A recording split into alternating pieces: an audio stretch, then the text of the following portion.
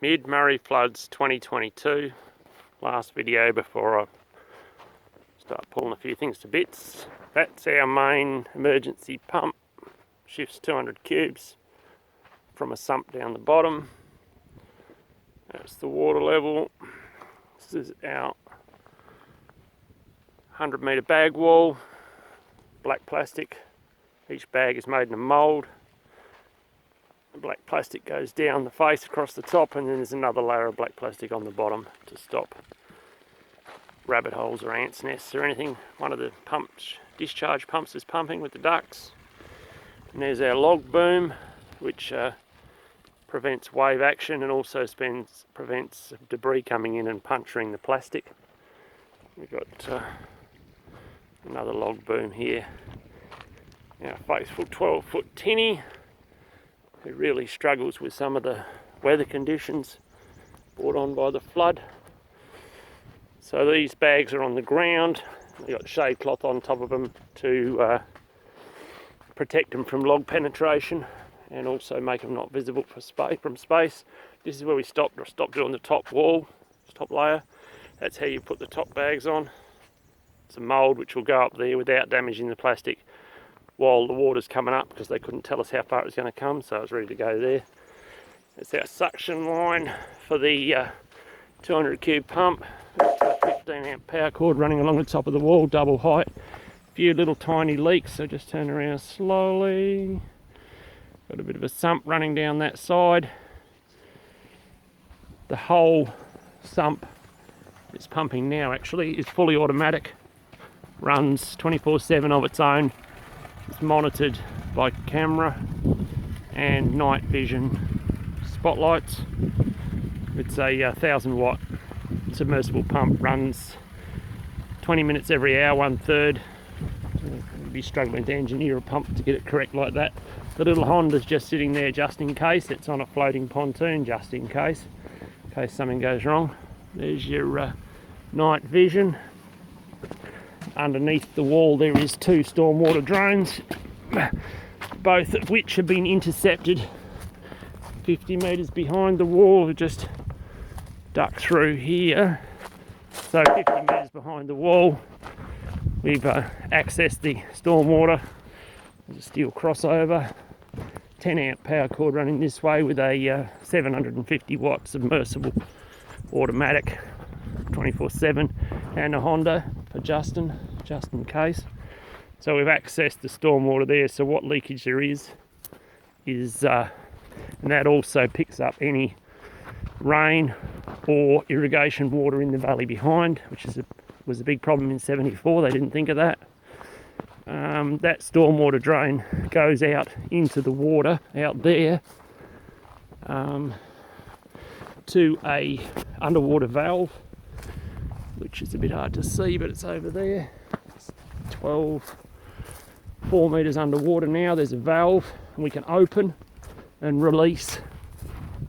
Somewhere here. There it is out there. That valve, we can open it and release the water from inside behind the dam wall if it does rain. These bags here, the top ones, are done up like a Christmas pudding. If I could get one we could have a look at. They've got a steel spike, goes through the handles, and you twitch it round and round and round. Turns the bag into a solid 4-sided entity, which can't roll or slide. And then we just spear, you see through there, then we just spear one in to hold it. We're going back down to single bag here because the water stopped coming up. This is all lasered out with a cheap tile laser. Had to do it in the dark because I can't see. Here's the frame or the mould for making the ground level bags. It's just a 4-sided mould, and you can see how they come up nice and square. And we just dig a little. Most of this wall was done by myself. I had very little because it's just done with a little mini excavator. I'll show you in a tick. Here's our log wall. There's the black plastic. It's 2 sheets of plastic. One's 4 metres.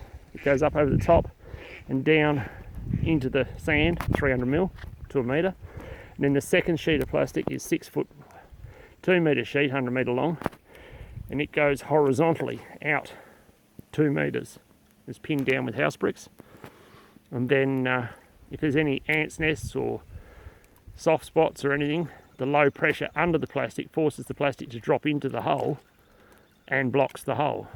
So a bit like a sail on a yacht. If you drag it around the hull, if you get a hole in your yacht, that's what you do. You drag a cloth around it and it blocks the hole because the low pressure's on the inside.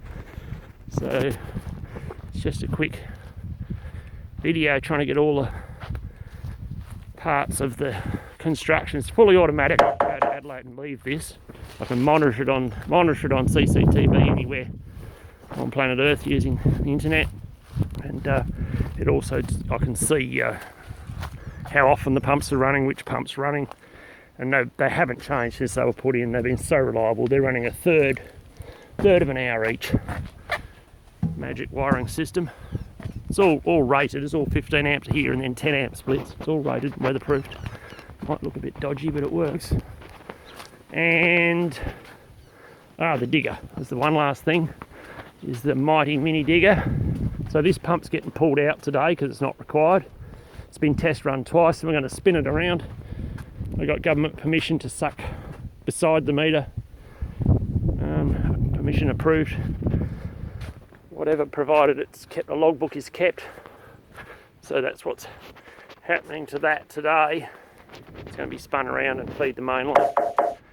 Here's the mighty digger that's done all of this work. Kubota K018-4. It's a slightly larger model than a mini digger.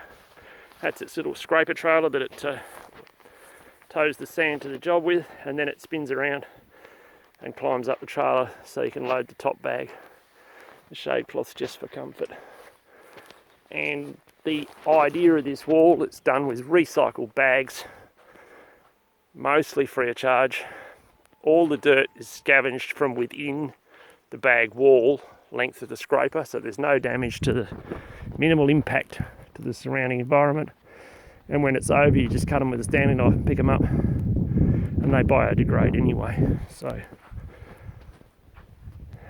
Murray River floods 2022,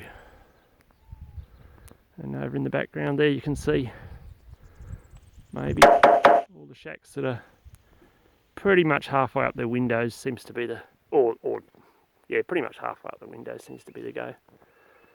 Alright, thank you for everyone who helped and gave encouragement. Hope that someone may be able to, you could put this system around a house easily. Guaranteed works. And the idea of the second bag on top, it crushes the first bag underneath. So you got 2 tonne sitting on 2 tonne. If there's a leak in the sand, good luck with that. The only place it's got leaks is where I French seamed the plastic in the middle, because I didn't weld it, I just French seamed it. That's the only place it's not even a significant leak. And there's our 3-phase. We still got power on because we took precautions. We actually did something. Thank you.